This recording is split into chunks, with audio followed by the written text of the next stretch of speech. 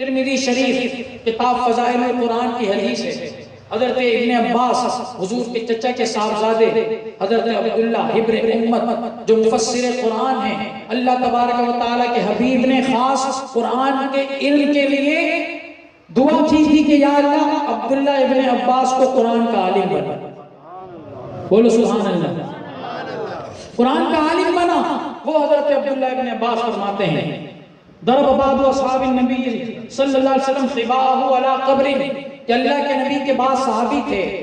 وہ کسی جگہ سفر پر گئے، انہوں نے رات میں ایک جگہ خیمہ لگایا، تو وہ خیمہ جہاں لگایا تھا وہاں قبر تھی، معلوم نہیں تھا، بالکل پلین ہو چکی تھی، علم نہیں تھا کہ قبر ہے، انہوں نے خیمہ لگا لیا۔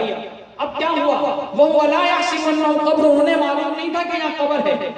اللہ کے نبی کے صحابی حضرت ابن عباس فرماتے ہیں فَإِذَا فِيهِ إِنسَانٌ يَقْرَأُ سُورَةَ الْمُلْكِ تَبَارَكَ الَّذِي بِيَدِهِ الْمُلْكُ، کہا کہ اس قبر کے اندر اللہ کا ایک بندہ تھا جو کہ قرآن کریم کی سورہ ملک کی تلاوت کر رہا تھا۔ کبھی مردے کو تلاوت کرتے دیکھا؟ بھائی جواب دو، کبھی مردے کو تلاوت کرتے دیکھا ہے؟ آخر والوں کو شک ہے تو سارے بولو، مردے کو تلاوت کرتے دیکھا ہے کسی نے؟ نہیں دیکھا۔ کیوں نہیں دیکھا؟ مردہ کبھی تلاوت تو کیا وہ اپنی مرضی سے اپنا ہاتھ نہیں اٹھا سکتا، تو قبر میں ہم مردے کو رکھتے ہیں تو زندہ ہو جاتا ہے، ایسا ہے نہیں، مردہ ہی ہوتا ہے۔ عام جو ہمارے پریکٹس میں ہے بات وہ تو یہی ہے،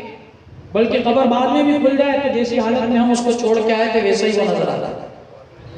ایسا بھی پریکٹس ہے، ہم لوگوں نے دیکھا ہے کہ لوگوں کی قبریں برسوں بعد کھلی، اور اگر اللہ کے کسی بندے کا جسم صحیح سلامت، کفن صحیح سلامت، تو بھی وہ اسی طرح پڑا ہوتا ہے جس طرح ہوتا ہے،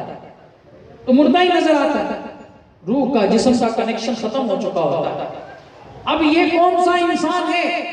جو قبر میں ہے، منو مٹی تلے دفن ہو چکا ہے، اور قبر بھی اتنی پرانی ہو چکی ہے کہ اس کی قبر زمین سے لگ کر بالکل برابر ہو گئی ہے، اور صحابی رسول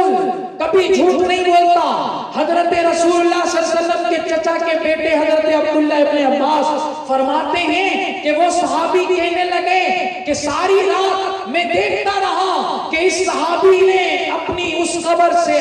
تلاوت کی آواز سنی، تلاوت کی آواز آتی رہی۔ اب کیا ہوا؟ کہا کہ سورہ ملک پڑھتا رہا حتیٰ ختم، یہاں تک کہ 30 آیتوں پر مشتمل یہ پوری سورت ختم ہو گئی۔ اب صبح ہوئی، حضرت عبداللہ ابن عباس کہتے ہیں فاتن نبی صلی اللہ علیہ وسلم، وہ صحابی رسول اللہ کی بارگاہ میں حاضر ہوئے، فقال یا رسول اللہ، اور کہنے لگے اللہ کے رسول انی ضربت خبائی علی قبر، اے اللہ کے رسول میں نے ایک قبر پر غلطی سے خیمہ لگا لیا تھا، وانا لا احسب انه قبر، مجھے معلوم نہیں تھا کہ وہاں قبر ہے، فاذا فیہ انسان یا رسول اللہ، میں نے دیکھا کہ ساری رات اس قبر سے مجھے سورہ ملک کی تلاوت کی آواز آتی رہی، فقال رسول اللہ صلی اللہ علیہ وسلم ہی المانعۃ ہی المنجیۃ تنجیہ من عذاب القبر، اللہ کے نبی نے انکار نہیں کیا کہ تو جیسا کہتا ہے ویسا نہیں ہو سکتا، تو نے خواب دیکھ لیا ہوگا، تیرے خیال میں ایسی بات گزری ہوگی، نہیں، بلکہ اللہ کے نبی نے فرمایا کہ یہ سورہ ملک کی تلاوت کرنے والا اگر دنیا میں روزانہ تلاوت کرتا رہے تو اللہ تبارک و تعالی اس سورت کو اس کو عذاب قبر سے بچانے کا ذریعہ بنا دیتا ہے۔ اس حدیث سے ایک تو سورہ ملک کی فضیلت معلوم ہوئی، دوسری بات یہ معلوم ہوئی کہ اللہ کا ولی قبر میں جانے کے بعد مردہ نہیں ہوتا، بلکہ اللہ تبارک و تعالی اس کو زندگی عطا فرما دیتا ہے۔ اگر زندگی نہیں ہوتی تو پھر اس کی تلاوت کا کیا معنی؟ اور پھر تلاوت کا معنی نہیں صرف تلاوت ہی نہیں، تلاوت اتنی بلند آواز سے کہ قبر کے اندر سے باہر ایک خیمے میں صحابی موجود ہیں، وہ اس کی آواز کو سماعت فرما رہے ہیں۔ پھر اللہ کے رسول کی بارگاہ میں آ کر صحابی نے عرض کیا تو اللہ کے رسول نے بھی انکار نہیں کیا، بلکہ اس سورت کی فضیلت کا بیان کیا، جس سے یہ معلوم ہوا کہ اللہ تبارک و تعالی جل شانہ کے اولیاء جب اس دنیا سے پردہ کرتے ہیں تو بزرگوں نے فرمایا ہے بل ینتقلون من دار الی دار،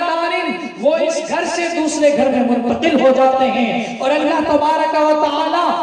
اس قبر کے اندر بھی جسمانی زندگی کے ساتھ متصف فرما دیتا ہے۔